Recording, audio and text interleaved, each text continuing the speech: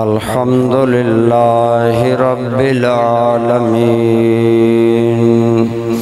والصلاة والسلام علی سید الانبیاء والمرسلین وعلى آلہ واصحابہ اجمعین اما بعد فاعوذ باللہ من الشیطان الرجیم بسم اللہ الرحمن الرحیم شہر رمضان الذی انزل فیہ القرآن ھدی للناس وبینات من الھدی والفرقان عن سلمان الفارسی رضی اللہ تعالی عنہ قال خطبنا رسول اللہ صلی اللہ علیہ وسلم وقال یا ایھا الناس قد اظلکم شہر عظیم مبارک فیہ لیلۃ خیر من الف شہر جعل اللہ صیامہ فریضۃ وقیام لیلہ تطوعا الى آخرہ او کما قال النبی صلی اللہ تعالی علیہ وسلم صدق اللہ مولانا العظیم صدق وبلغنا رسولہ النبی الامی الامین الحبیب الکریم اللہم صلی علی سیدنا و مولانا محمد وعلی آل سیدنا و مولانا محمد وبارک وسلم علیہ الصلاة والسلام علیک یا سیدی یا رسول اللہ وعلى آلك وأصحابك يا سيدي يا حبيب الله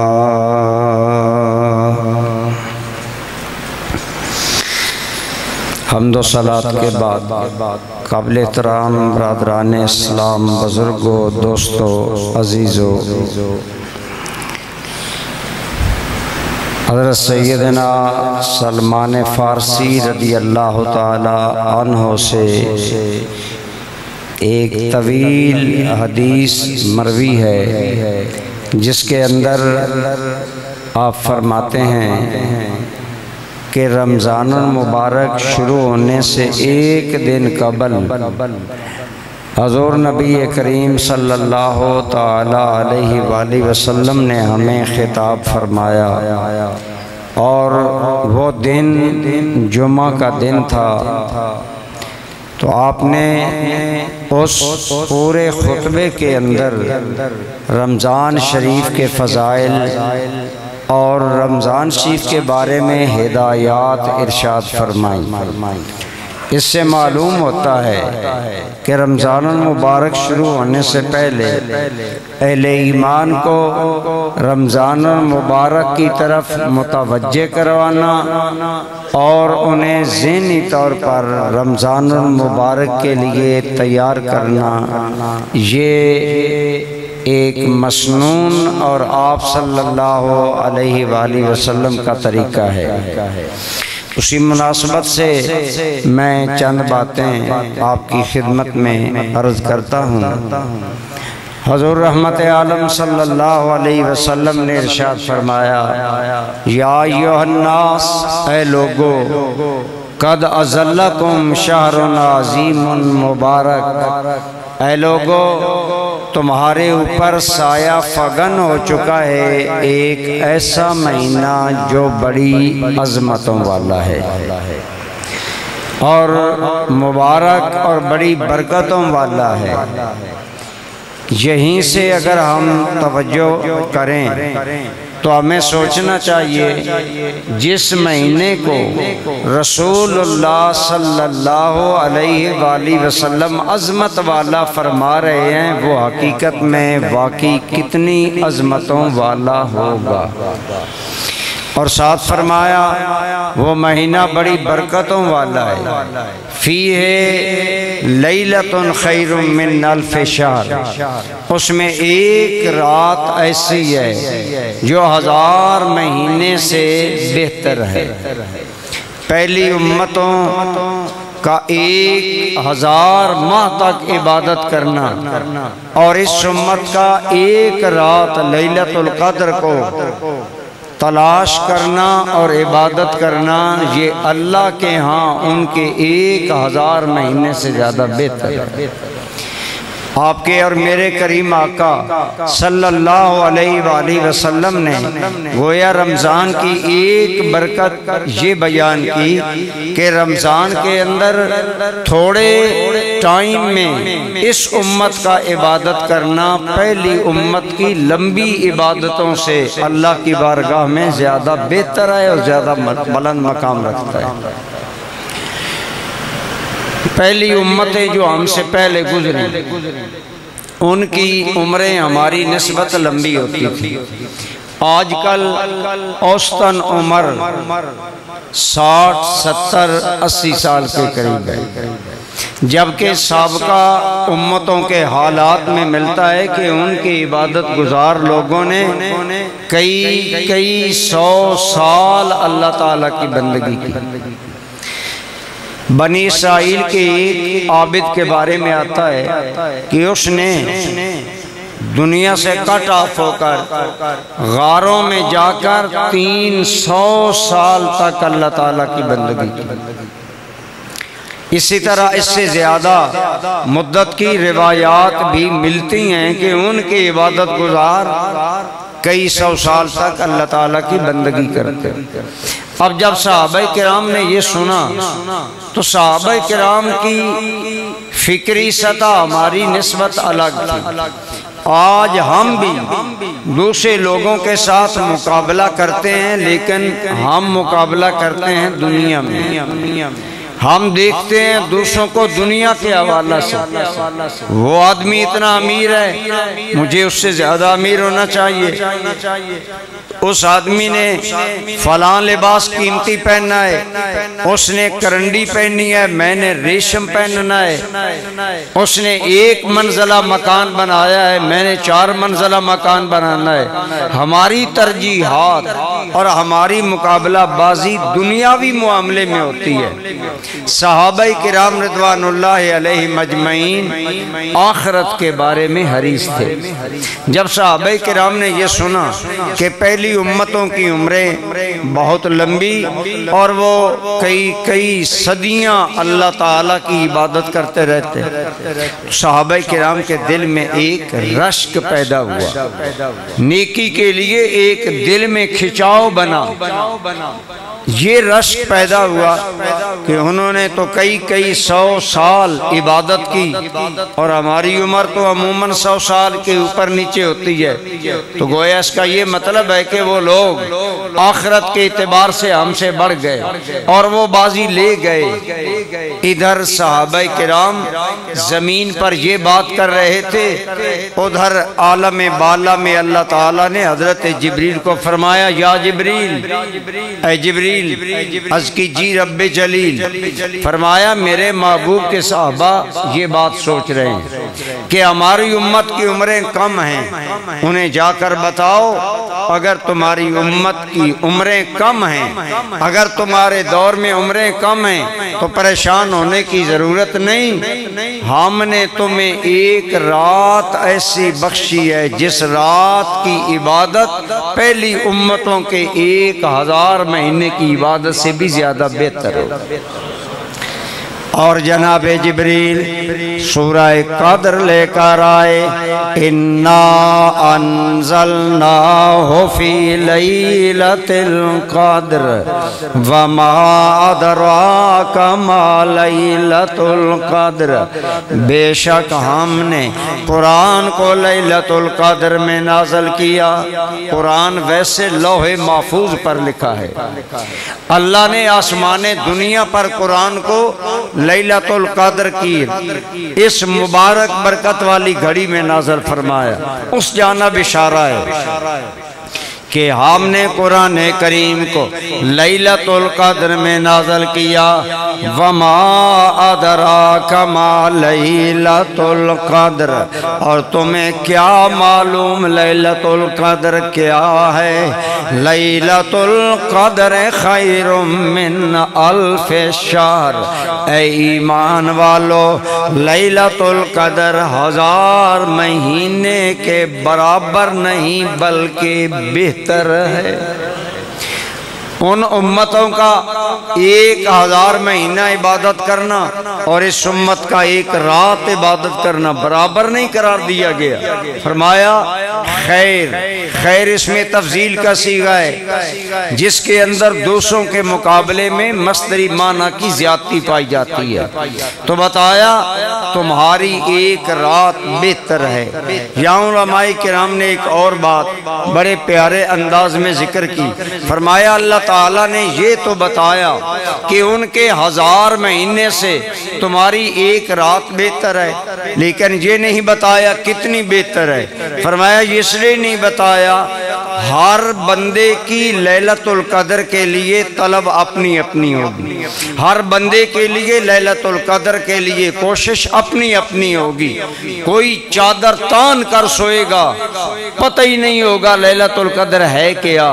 اور کچھ اللہ کے بندے تڑپیں گے، مچلیں گے، جاگ جاگ کر لیلۃ القدر کو تلاش کریں گے، پھر بھی روحانی دنیا اتنی روشن نہیں ہوگی کہ وہ لیلۃ القدر کی لذتیں محسوس کر سکیں۔ لہٰذا لیلۃ القدر کی تلاش میں الگ الگ مقامات ہیں۔ آخری درجہ اس لیے بیان نہیں کیا کہ اے میرے بندو، جتنی تمہاری لیلۃ القدر کے لیے طلب بڑھتی جائے گی، اخلاص بڑھتا جائے گا، اتنا رب کا انعام بھی بڑھتا چلا جائے گا۔ تو آپ ذرا غور کریں، اللہ تعالیٰ نے اس امت پر کتنا بڑا احسان کیا، آپ پر، مجھ پر، حضور نبی رحمت صلی اللہ علیہ وآلہ وسلم کی ساری امت پر، کہ ہمارے وقت میں اللہ نے برکت رکھ دی۔ 1 رات تو اس حوالہ سے میں کر رہا ہوں، آپ کے اور میرے کریم آقا صلی اللہ علیہ وآلہ وسلم نے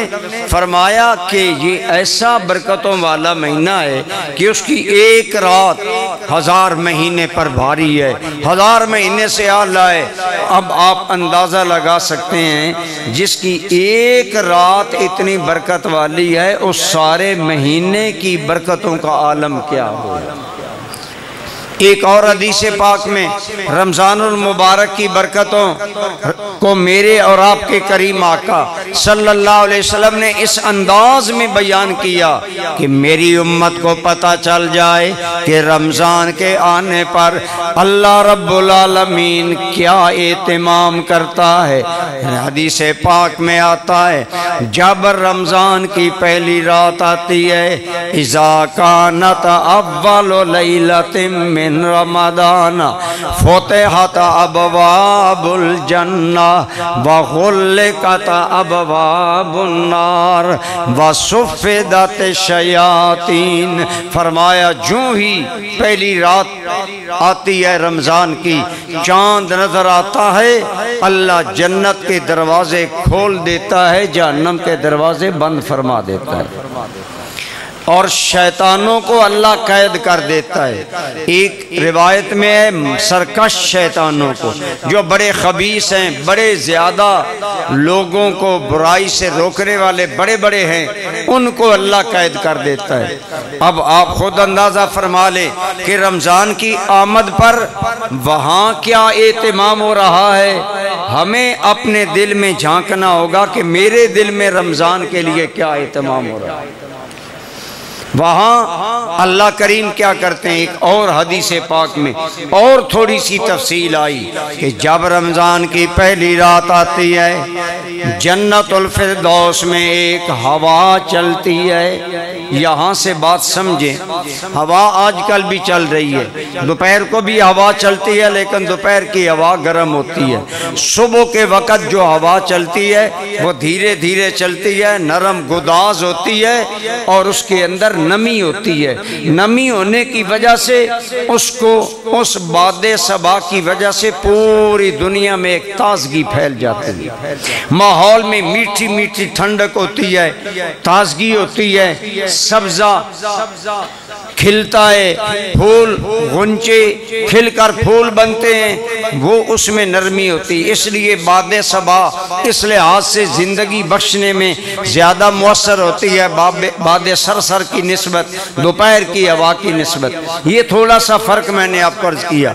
ایسے ہی جنت الفردوس میں بھی ہوائیں چلتی ہیں، لیکن حدیث پاک میں آیا جب رمضان کی پہلی رات آتی ہے جنت میں ایک انوکھی ہوا چلتی ہے اور وہ ہوا اتنی پیاری ہوتی ہے، اس ہوا کا نام حدیث میں صبیر آیا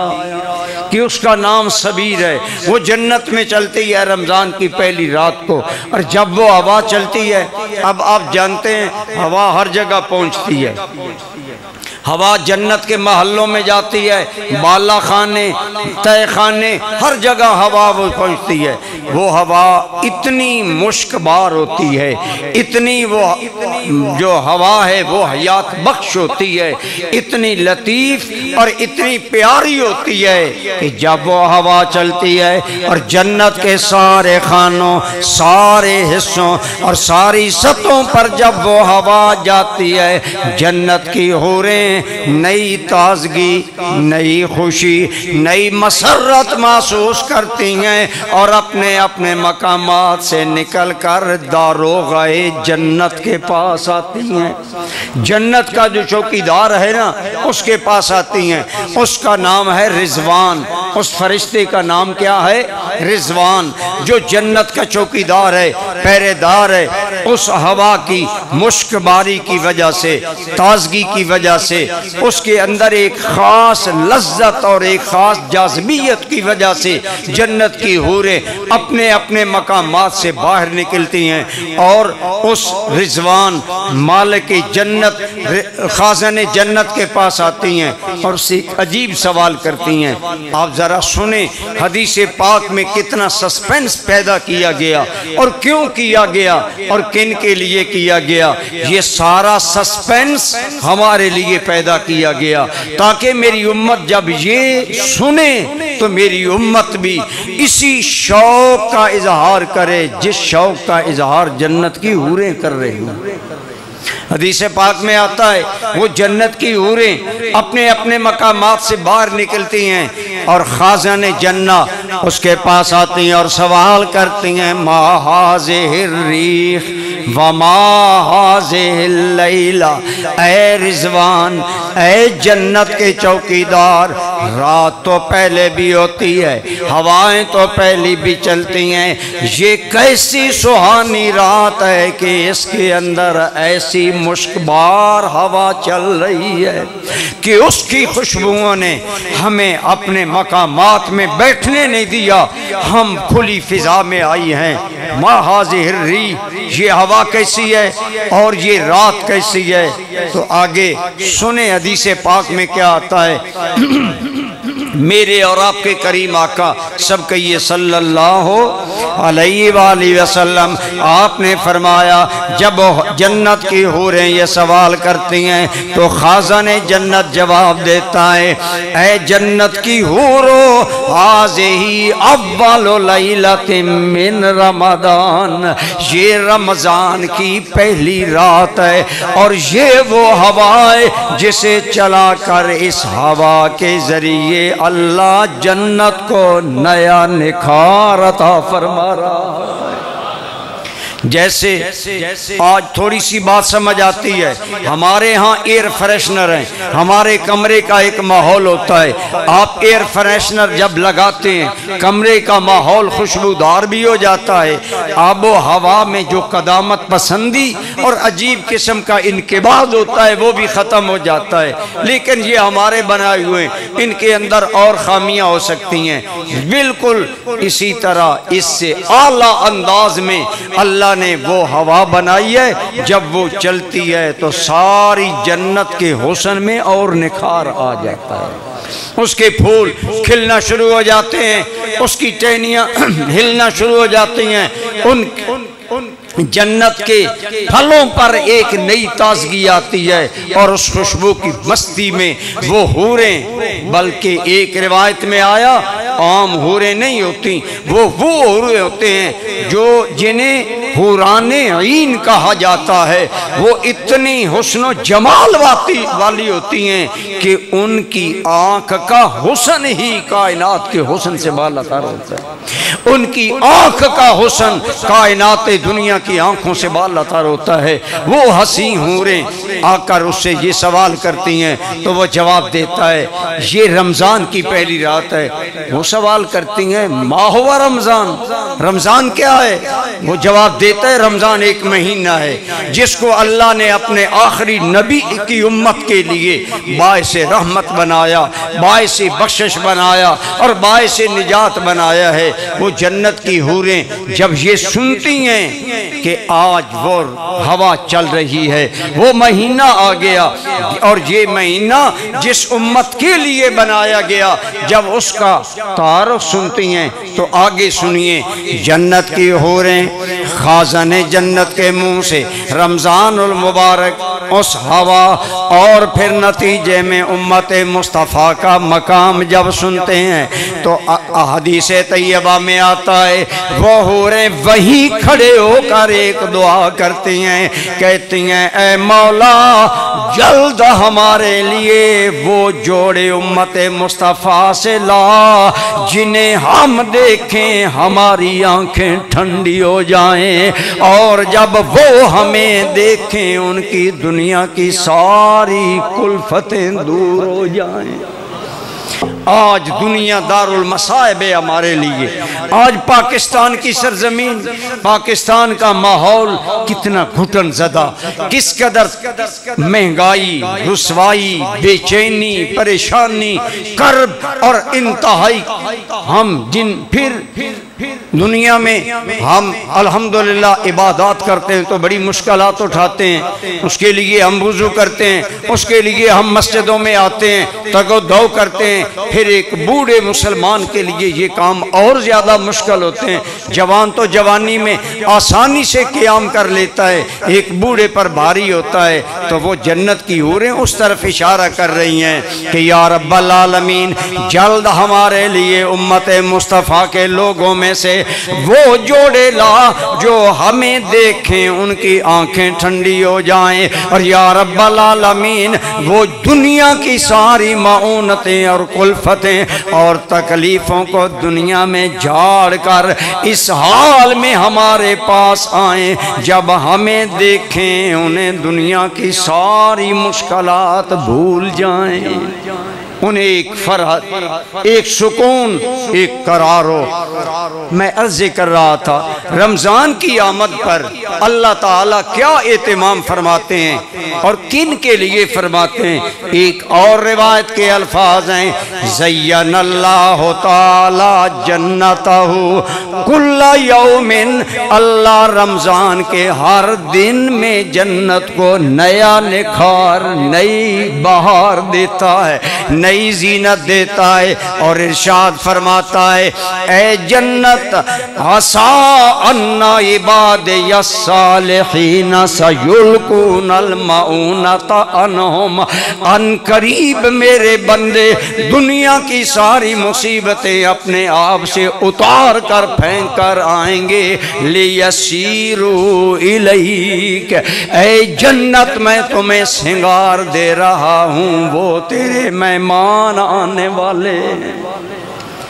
ایمانداری سے احادیث کے مضمون پر غور کریں۔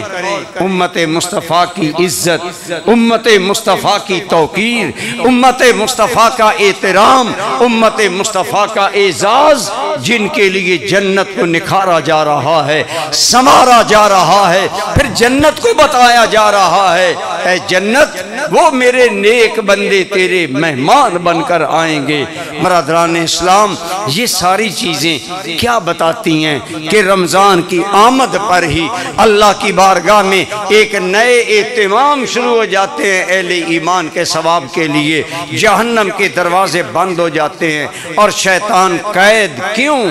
گویا زبان آل سے جنت کے دروازے کھول کر جنت کے دروازے کھول کر جہنم کے دروازے بند کروا کر شیطانوں کو جکڑ کر گویا رب زبان حال سے کہہ رہا ہے بندے ہم نے تو تمہیں جنت دینے کی تیاری کر لی ہے، اب تو سوچ تیرا معاملہ کیا ہے۔ تو برادران اسلام، میں عرض کر رہا تھا حضرت سلمان فارسی رضی اللہ تعالی عنہ فرماتے ہیں سرکار نے ہمیں شعبان کی 30 تاریخ کو، اب ایک جو مہینہ ہوتا ہے اسلامی وہ زیادہ سے زیادہ 30 دن کا ہوتا ہے، جب 30 دن کے شعبان ہو گئے جمعہ آیا، حضور نے خطاب کیا اور صحابہ کرام کو رمضان کے لیے تیار کیا، فرمایا لوگو قد اذلکم شہر عظیم، تمہارے سروں پر سایہ فگن ہو کر آ چکا ہے، ایک ایسا مہینہ جو بڑی عظمتوں والا ہے، بڑی برکتوں والا ہے۔ سرکار جب صحابہ کرام کو رمضان کی برکتیں، رمضان کی عظمتوں سے آگاہ کرتے، بیان فرماتے، صحابہ کے دل ہماری طرح نہیں تھے، صحابہ کرام رمضان کے لیے بے چین ہو جاتے اور دعائیں مانگنا شروع کر دیتے، یا اللہ کرم کرنا، ہمیں رمضان سے پہلے موت نہ دینا، رمضان دکھا دینا، یا اللہ ہمیں رمضان تک پہنچا دینا، رمضان کو ہم تک پہنچا دینا۔ صحابہ کرام عمل کے بندے تھے، وہ باتیں تھوڑی کرتے تھے، عمل کرتے تھے۔ ان کے بارے میں روایات میں آتا ہے، جیسا غالباً میں نے پہلے بھی کسی ٹائم عرض کیا ہوگا کہ صحابہ کرام شعبان میں اپنے ضروری معاملات سمیٹ لیتے۔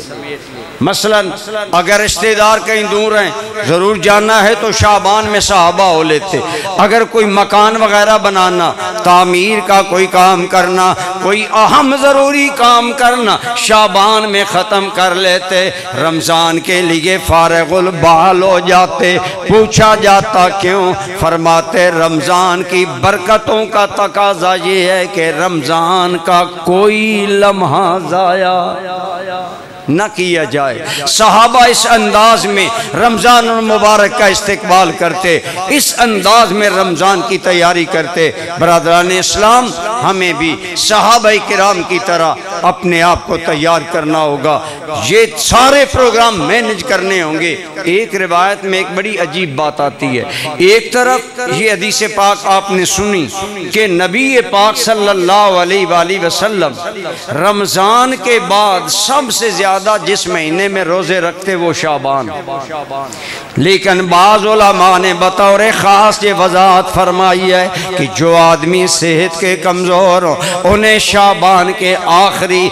عشرے میں روزے کم رکھنے چاہیے تاکہ صحت بحال ہو جائے اور رمضان کے لیے نئی تازگی سے تیاری ہو جائے۔ یہ انداز ہے ہمارے بزرگوں کا، یہاں تک انہوں نے معاملات میں ہماری رہنمائی کی اور وہ ایسے کرتے تھے۔ آج ہمیں سوچنا ہوگا ہم رمضان مبارک کے لیے کس قدر الحمدللہ بے چین ہیں، انتظار کر رہے ہیں، اور یہ بات یاد رکھیں اللہ دلوں کے حال جانتا ہے، وہ بہتر جانتا ہے ایک میرا بندہ رمضان کے آنے پر کیا اہتمام کر رہا ہے۔ لیکن ہائے افسوس،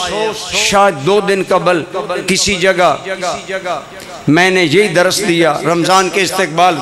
تو ایک آدمی کھڑا ہو کر کہنے لگا مولانا صاحب جب رمضان آتا ہے ہمارے ملک میں ہر چیز کی قیمتیں چڑھ جاتی ہیں، تو کیا ان لوگوں کا روزہ ہوتا ہے یا نہیں؟ کتنی افسوسناک بات ہے کہ ادھر تو رمضان کی تیاری بخشش، مغفرت اور مہربانیوں کے لیے ہو رہی ہوتی ہے، اور ہمارے تاجر، ہمارے دکاندار عوام پر مہنگائی کے بم گرانے کے لیے پہلے منصوبہ بندی کرتے ہیں، پہلے چیزیں سٹور کر لی جاتی ہیں اور عوام پر عرصہ حیات تنگ کر دیا جاتا ہے۔ حالانکہ اللہ کی قسم سنیے، میرے آقا کریم صلی اللہ علیہ وآلہ وسلم کا ارشاد ہے، اے لوگو جو رمضان کے اندر اپنے غلام پر کام کی نرمی کرے گا، اللہ اس کے بدلے میں اس پر آخرت کی منزلیں آسان کر دے گا۔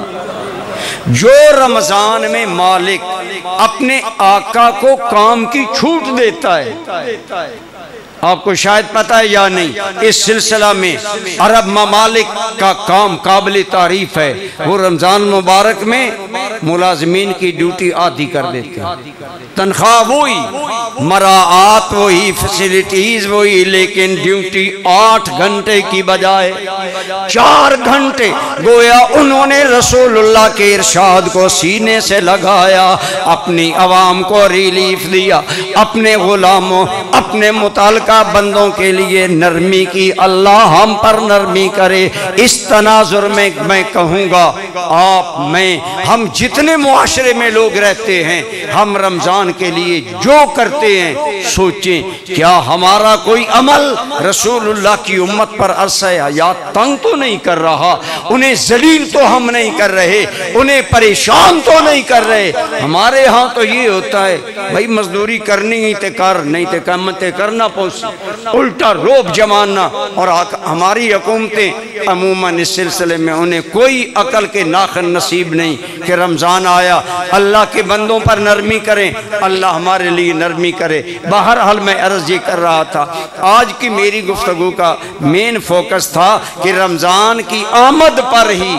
اللہ رب العالمین رمضان کے لیے ہماری بخشش کی تیاریاں مکمل فرما دیتے ہیں، اور پہلی ہی رات جنت کو نیا حسن اور نیا نکھار دیا جاتا ہے۔ اور خدا کی قسم یہ بھی آتا ہے کہ پہلے دن جو نکھار ہوتا ہے وہ جنت کا آخری نکھار نہیں ہوتا، پھر ہر دن نیا حسن،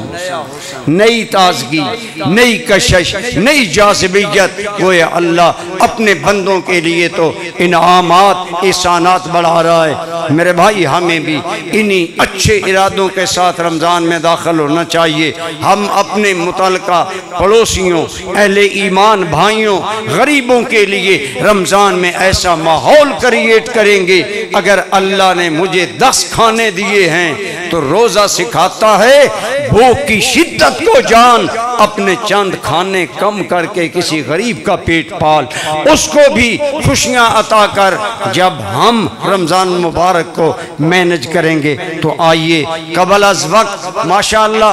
حافظ تو 1 نہیں 2 مہینے پہلے تیاری رمضان کی شروع کر دیتے ہیں، منزلوں کا دور ہوتا ہے۔ الحمدللہ اللہ کے گھروں میں منزل کی ایک بہار ہوتی ہے، گھروں میں تکرار ہوتا ہے، منزلیں دہرائی جا رہی ہیں، لیکن مسلمان صرف حافظ ہی نہیں، آپ اور میں بھی ہیں۔ ہمیں اپنے اپنے انداز میں ہر بندے کو رمضان کے لیے، جیسا میں نے عرض کیا، علماء فرماتے ہیں صحت کا خیال رکھیں، معاملات کو مینج کریں، اور بیش از بیش وقت اللہ کے نام پر لگانے کے لیے تیاری کریں۔ گویا حال یہ ہو کہ اللہ کے ملائکہ عرض کرے، مالک اگر تو نے جنت دینے کی تیاری کر لی ہے، بندوں نے جنت لینے کی تیاری کر لی ہے۔